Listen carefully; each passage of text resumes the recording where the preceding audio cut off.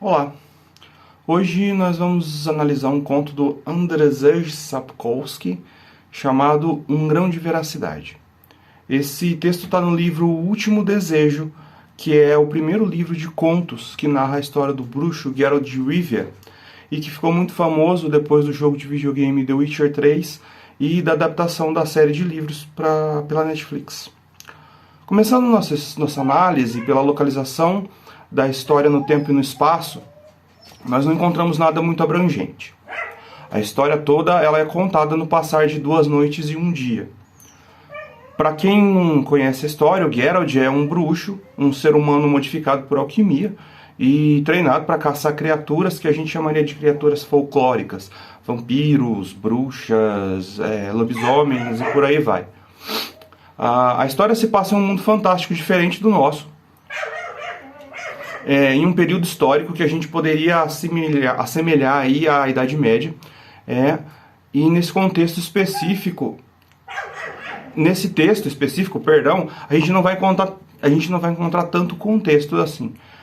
O local ele é mais fechado, é uma ilha semi-abandonada, né? Nós estamos em uma vila quase abandonada que chama a atenção do nosso bruxo enquanto ele está de passagem, certo?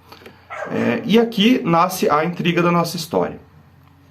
O lugar está deserto, tem 2 corpos mutilados no pátio, certamente trabalho de uma das feras, uma das criaturas que o Geralt caça.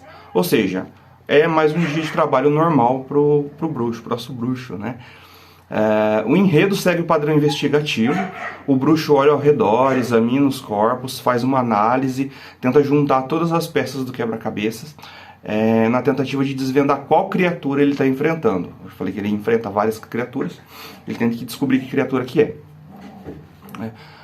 Para isso a narração é minuciosamente descritiva. Roupas e feridas são mostradas no texto, brasões com seus significados são descritos em detalhes, os itens de uma algibeira qualquer são descritos um a um. O mesmo esmero descritivo é encontrado no ambiente. Sabemos de onde e para onde corvos estão indo, para onde que eles estão voando, em que direção. Sabemos em qual tipo de vegetação o bruxo está se embrenhando para atravessar do local A até o local B e chegar onde ele precisa, o que cria uma sensação de que nós estamos lá, de que nós estamos vendo tudo através dos olhos do bruxo, do Geralt. Tudo isso é apresentado por um narrador completamente alheio e externo. O narrador em nenhum momento dá a entender que ouviu essa história, como se ele estivesse naquele mundo, tivesse ouvido a história, ou que viveu, ou que sequer ele exista naquele mundo.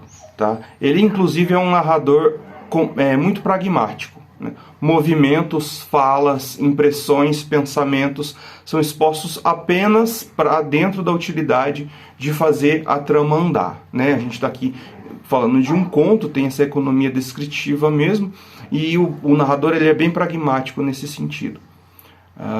Sobre as nossas personagens, a gente tem o bruxo, né, que é o personagem principal, que ele é pouco explorado justamente por se tratar aqui de um conto.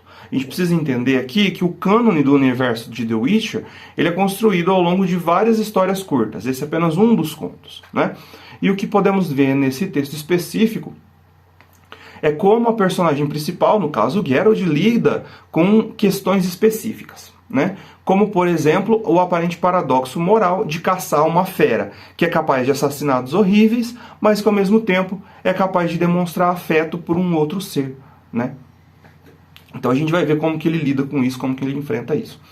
Outra personagem, o Homem-Besta, é um pouco mais elaborado. Ele faz reflexões sobre a vida, sobre suas aflições e conta os momentos do passado, além de fornecer questões mais psicológicas para a narrativa.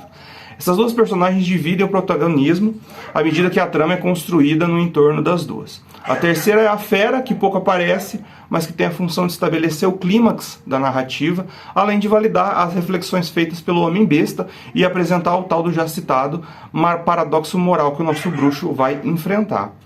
Em suma, Um Grão de Veracidade traz interessantes reflexões, além de boas cenas de ação e uma investigação instigante, com personagens bem construídos, se considerada a economia que se faz necessária dentro da estrutura do conto. Tudo isso temperado com a velha e boa fantasia medieval. uma boa leitura de entretenimento, mas que traz também discussões pessoais interessantes, certo? Era isso, espero que a minha fala tenha sido interessante e eu tenha conseguido explorar os aspectos principais do texto, e é isso, até mais.